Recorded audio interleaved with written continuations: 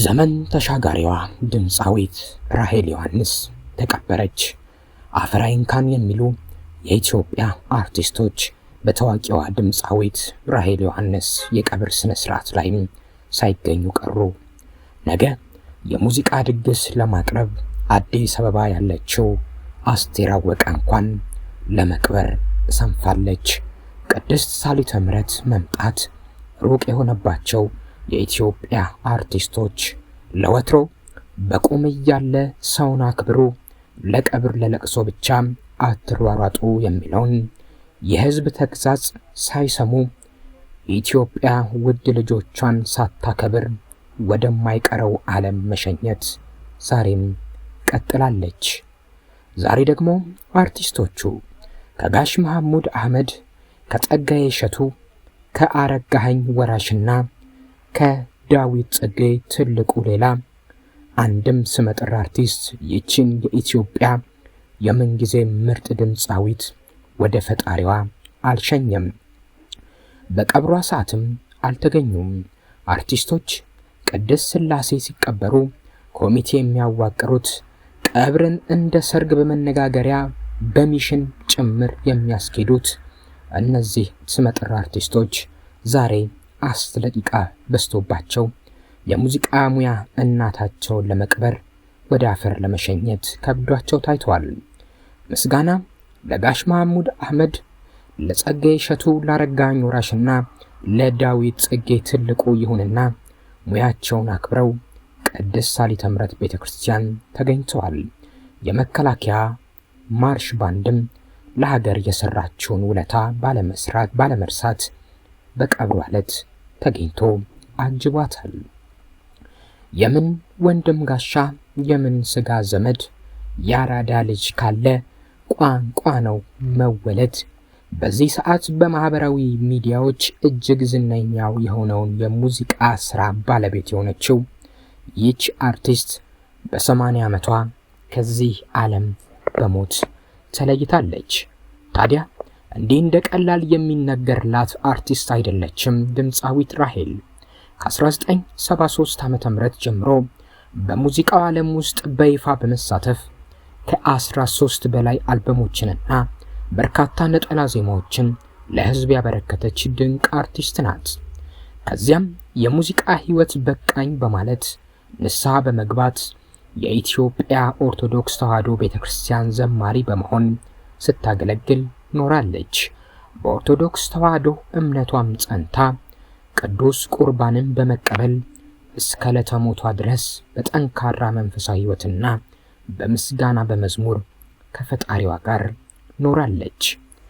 የነበረ ሲቀር ባልነበር ተክቶ ደጉም ክፉም ያልፋል ትዝታውን ትቶ ምነው ላራዳ ልጅ ባልነበረ ሞቱ ያ ሁሉ ደግነት ፍቅር ቸርነቱ ብላ አዚማለች። አርቲስት ራሄል ዮሐንስ እንደ ሙዚቃዋ ሁሉ እሷም በአዲስ አበባ ከተማ የተወለደች የአራዳ ልጅ ከሚባሉት ውስጥ ነበረች። ታዋቂዋና አንጋፋዋ ድምፃዊት አርቲስት ራሄል ዮሐንስ በ80 ዓመቷ ከዚህ ዓለም በሞት መለየቷን ተከትሎ ስርዓተ ቀብሯ ዛሬ ከቀኑ 8 ሰዓት ገደማ በታላቅ ሐዘን ተፈጽሟል። አንቺ ብለን የምንጠራት አርቲስት ስለሆነች እንጂ ራሄል ዮሐንስ የ80 ዓመት የዕድሜ ባለጸጋ ናት።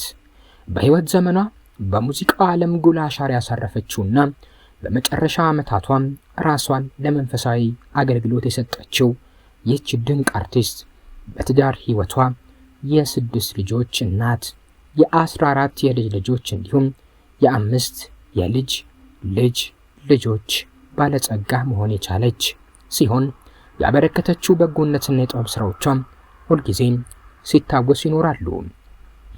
እስኪ ወደ አንኮበር ተነሱ እንዝለቀው፣ እኛ እናየውም ወይ ሚኒሊክ ቢለቀው፣ የጣይቱ ማጀት ቢፈልጉት እሳት አይጠፋም መስጋሁን የጥጃ መዓዛው እያለች ሚኒሊክ በተሰኘ ሙዚቃዋ በርካቶችን አስገርማለች። የራሔል ዮሐንስ ቀብር በአዲስ አበባ ሀገረ ስብከት ደብረ ምሕረት ሰዓሊተ ምሕረት ቅድስት ማርያምና ቅድስት ክርስቶስ ሰምራ ካቴድራል ሲፈጸም በርካቶችን ያነጋገረው የአርቲስቶች በቀብር ስነ ስርዓቷ ላይ ሳይገኙ መቅረታቸው ነው። በተለይም ወዳጆቿ እንዲሁም የሷን ሙዚቃዎች እየዘፈኑና እያዜሙ የሙዚቃ ህይወታቸውን በር የከፈቱ እንጀራቸውን የጋገሩ ሴት ድምፃውያን የሴትነት ወጉ ሳይቀር ጠፍቷቸው ኢትዮጵያዊ ወግና ባህል እንኳን ሳያከብሩ መቅረታቸው በርካቶችን አስቆጥቷል። በተለይም ለኮንሰርት አዲስ አበባ የምትገኘው ታላቋ ድምፃዊት አስቴር አወቀ በዚህ የቀብር ስነ ስርዓት ላይ አለመገኘቷ ምናልባት እሷም ከራሔል ተምራ ወደ እምነቷ ትመለሳለች ብለው ለሚያስቡ ሰዎች አይ ይህ አይሆንም የሚል አይነት መልስ የሰጠ ሆኗል። ከሌሎቹ ሴት ድምፃውያን ለራሔል የምትቀርበዋ በእድሜም አስቴር አወቀ ናት። እሷ ግን ለአራያዎቿ እንዲሁም ለተከታዮቿ መልካም ምግባርን በራሔል የቀብር ስነ ስርዓት ላይ ተገኝታ ሳትፈጽም ቀርታለች። በኢትዮጵያ ሙዚቃ ታሪክ በተለይም በዘመናዊ ሽሬ ኦልዲስና ባህላዊ ስራዎች የብዙዎችን ልብ የማረከችው አንጋፋ ድምፃዊትና የዜማ ደራሲ አርቲስት ራሔል ዮሐንስ በወቅቱ የሷን ዘፈን ያልዘፈኑ ሴት ድምፃውያንን ፈልጎ ማግኘት ከባድ ነው። ሁሉም በሷ ሙዚቃዎች ጉሮሯቸውን ቃኝተዋል፣ የእንጀራ ገመዳቸውንም ከፍተዋል። በተለይም አራዳ፣ ሚኒሊክና ይዳኘኝ ሰው የተሰኙ ስራዎቿ በብዙዎች ዘንድ የማይረሱ ድንቅ አሻራዎቿ ናቸው። በኪነ ጥበብ ጉዟም ከበርካታ የኢትዮጵያ አንጋፋ ድምፃውያን ጋር በጋራ ለመስራት ችላለች። አርቲስት ራሔል ዮሐንስ ለሀገሯ ያላት ፍቅር በስራዎቿ የገለጸች ሲሆን በተለይም ለኢትዮጵያ አየር ኃይል፣ ለባህር ኃይልና ለሀገር መከላከያ ሰራዊት ያቀረበቻቸው ስራዎቿም ተጠቃሽ ናቸው። የመከላከያ ሰራዊትም ይህንን ሳይረሳ በዛሬው የቀብር ስነ ስርዓቷ ላይ ማርሽ ባንዱን በመላክ አጅቧታል። በማህበራዊ ህይወቷ ሰውን የምትወድ የምታከብርና ችግረኞችን በመርዳት የምትታወቅ የብዙዎች የሩህሩህ እናት በማለት የሚጠሯት ድንቅ እንስት ነበረች። የህይወት ምዕራፍ ለውጥና የመንፈሳዊ ህይወቷም በመጨረሻዎቹ ዓመታት ውስጥ ሙሉ በሙሉ ከዓለማዊ ሙዚቃ በመራቅ ህይወቷን ለሃይማኖታዊና ለመንፈሳዊ አገልግሎት የሰጠች ለሌሎች ድምፃውያንና አርቲስቶችም ምሳሌ መሆን የምትችል ሴት ናት።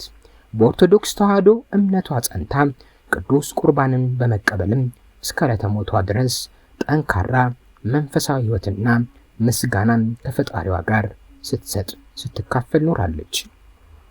ስርዓተ ቀብሯ በአዲስ አበባ ሀገረ ስብከት በደብረ ምሕረት ሰዓሊተ ምሕረት ቅድስት ማርያምና ቅድስት ክርስቶስ ሰምራ ካቴድራል ተፈጽሟል። ቤተሰቦቿም በህመሟ ወቅት ላስታመሟት በአካልም ሆነ በስልክ ለጠየቋት እንዲሁም በስርዓተ ቀብሩ ላይ በድምቀት ለተገኙት ለመከላከያ ሰራዊት ማርሽ ባንድ በፈጣሪ ስም ከፍ ያለ ምስጋና አቅርበዋል። ለቤተሰቦቿ፣ ለአድናቂዎቿ፣ ለመላው የጥበብ አፍቃሪያን መጽናናትን እንመኛለን።